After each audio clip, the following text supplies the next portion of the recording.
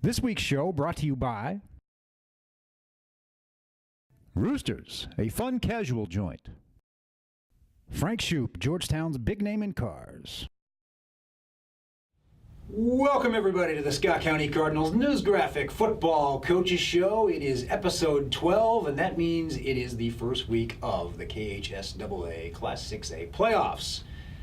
Scott County will be at home. They'll be at home this week, and Lord willing, they'll be home the 2 weeks after that as they move through the bracket. Clark County, George Rogers Clark High School, they will be the first opponent this Friday night at 7:30 at Toyota Stadium. Now that's an old rivalry that got interrupted this year a little bit as Clark County elected not to resume the series. If you look at the records and the comparative scores here the past few years, you could probably understand why.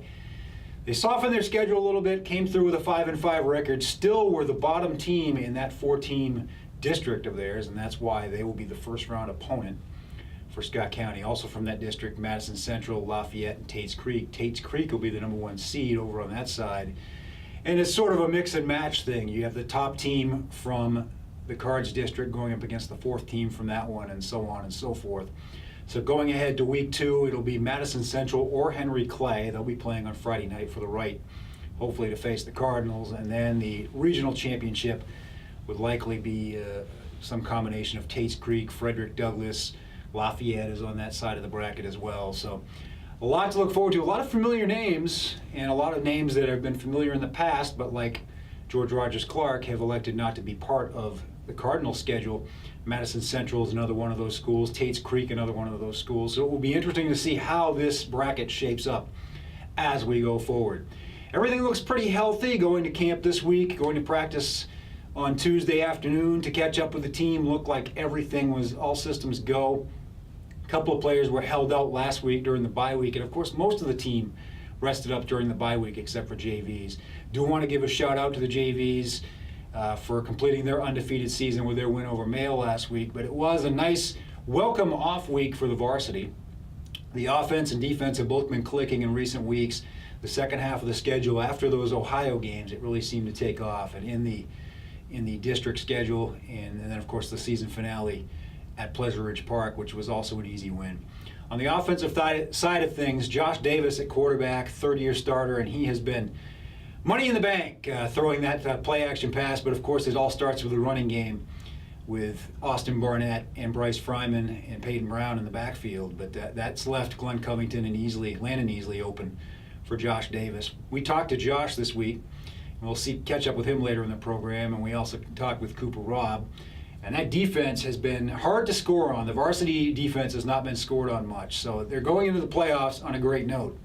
We went over all those issues and more with Coach McKee. Let's see what Coach McKee had to say going in to the 2017 playoffs. The open week gave Scott County a chance to rest and to emphasize the end of its JV season. Well, I think that, you have a responsibility as a leader of people to make whatever your circumstances is positive and beneficial for you, the people that you're leading. And, I feel like the setup that we had as a staff was positive, and we sold it to our kids. It gave us an opportunity on Tuesday and Thursday to work with our JV team.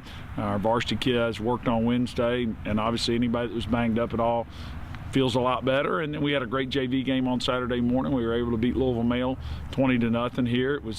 I was a little worried. I went to a game Friday night. It was miserable. It was about 38 and raining, but the rain all got out of here, and it was just clear and cool on Saturday morning.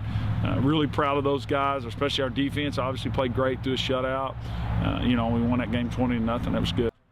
Scott County's junior varsity squad went 8-0 this season with 5 shutouts.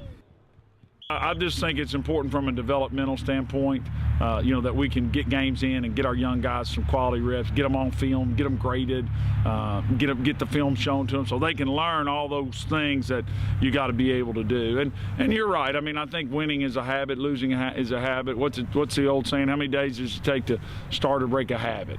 I can't remember, but it's like 28 or something. But, our guys expect to win. And that's why we were, all of us, from me down to the players, had a little bit of a hard time with our freshman team this year because we didn't win all our games. I can't remember. I think we've been undefeated in freshmen, 5 of the last 7 years, and the 2 years that we lost, no more than 2. So I guess winning is a habit, and we need to win. We want to win, and we're going to try to win. But the biggest picture thing is just that we got to work with those kids so much last week. GRC's choice not to renew the regular season series gave Scott County the chance to beef up its schedule. I mean, I don't even tell the kids that kind of stuff, but, maybe for me a little bit. But I was a little bit worried when Clark and Madison Central and Tates Creek, all three, wouldn't renew, just because we had played them for so long, and they had, they're close. They're good games for our fans. But in hindsight now, looking back on it, our program's better off not have playing them. By playing Moeller and LaSalle both, and having to go to Louisville and play PRP, I really think it'll pay off for us in the playoffs. Now, from a convenience standpoint, it would be awesome to have kept those teams on the schedule for you. You could be tweeting, I'm home 15 minutes earlier than I would have been if Coach had made us go so-and-so.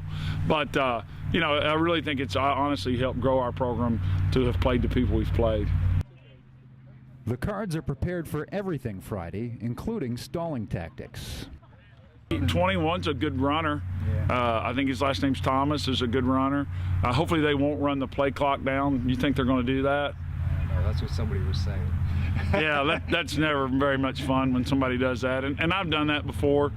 What you're trying to do is just it's like the old four corners stall. The Brian Station tried to do. Yeah, type mentality, and just try to keep your team in it and put pressure on the other team to score on the times that they have the ball. So if they do choose to do that, we need to 3-and-out them immediately and get the ball back. Scott County's starting defense hasn't given up a rushing touchdown in 5 games.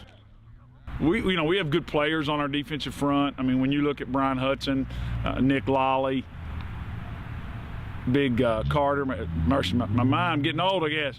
Christian Carter, he's new, he moved in here, and Zane Wilson. Our front 4 guys are all our 3 of the 4 of them are huge. I mean, Hudson's 290, 300, Carter's 315, Lolly's about 275, Lolly bench 355 this week in weightlifting class. So, our guys, those guys are big, strong dudes. And if you're going to run up the middle on them, you got to have some big, strong dudes, too, to move them. Senior Nick Lolly has stepped up his play for the Scott County defense. Lolly's really picked it up. Yeah. He's didn't play to the level of expectation that I felt like he could play early in the year. In the last 2 or 3 games, he's really played well.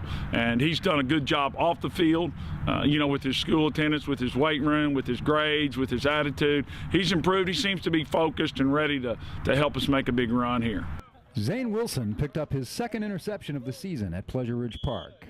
He has picked it up some, and it is tough. If somebody gives you a big award and they say, man, the Georgetown News Graphic, this guy Kyle Oakes, he's awesome, he's all these things, you're going to have a tendency to, everybody, I would, to kind of, hey, did you see my awards? So I think Zane and Lolly got quite a bit of attention from colleges in the spring, and all of a sudden, they kind of forgot about what helped them get that attention. And so it was their attitude, their work ethic, and so now I think they really have honed in, and we're playing very well defensively right now. The defense has forced turnovers and punts at a dizzying pace recently. Yeah, I'm not a totally statistics-driven guy. I look at it some. I think, defensively there's 2 huge statistics. One, turnovers, if you can turn them over, free possession. And secondly, you got to get off the field on 3rd down, especially when you can get in a situation 3rd and 5 or more. You got to get off the field right then. Scott County is home for the first 3 weeks of the playoffs if it continues to win.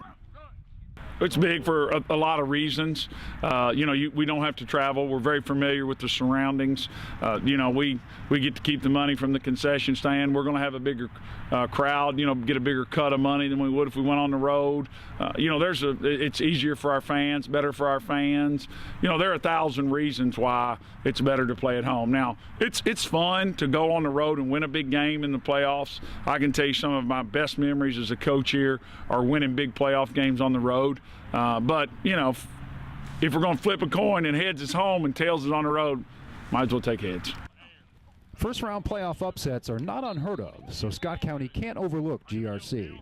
Hopefully we will, but we got, obviously it's an old coach's cliche. I know in 2014 we had the #1 seed, or 2004 we had the #1 seed. We were 8-2 just like this year. We played North Laurel High School, and they did what you talked about, the old stall and crawl, and it got up into the 4th quarter. We finally hit them on a reverse, an inside reverse in the 4th quarter to take the lead, and I think we won the game 14-12. But I mean, we were really in serious jeopardy of losing. So our kids got to be totally focused. It looks like maybe the weather may or may not cooperate with us.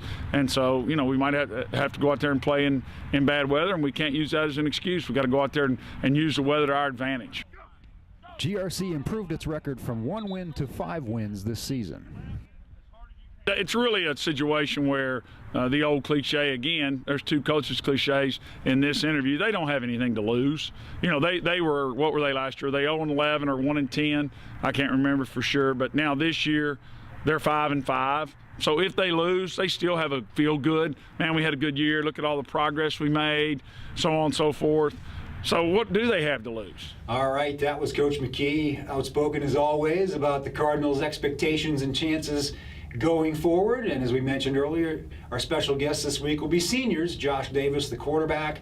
He's just been a big part of this team for 3 years now. Has started every game in that stretch and really has never been playing as well as he's playing right now. Certainly over this past month, he's just been on fire. And Cooper Robb set the single season interception record last year. Hasn't picked off as many passes, but you've seen him in that over the middle breaking up passes, stopping the run game as well. His role has kind of expanded this year as teams have looked to attack the Cardinals a little differently. Let's see what Josh Davis and Cooper Robb had to say. The players admit that restlessness set in during the break. Rested up. I mean, you kind of can't really find anything to do on bye week because you're so used to playing football. 11 weeks into football season, I mean, you're sitting there almost wanting to bite your hand off. You don't even know what to do. I think last year was like sometime around week 7 or something like that. So right before the playoff, it's nice. You get that nice break right before you get rested up for a whole nother go around. I mean, you're 0-0 starting off. So Scott County hasn't lost to GRC this century, but they're prepared for anything the visiting Cards have to throw at them.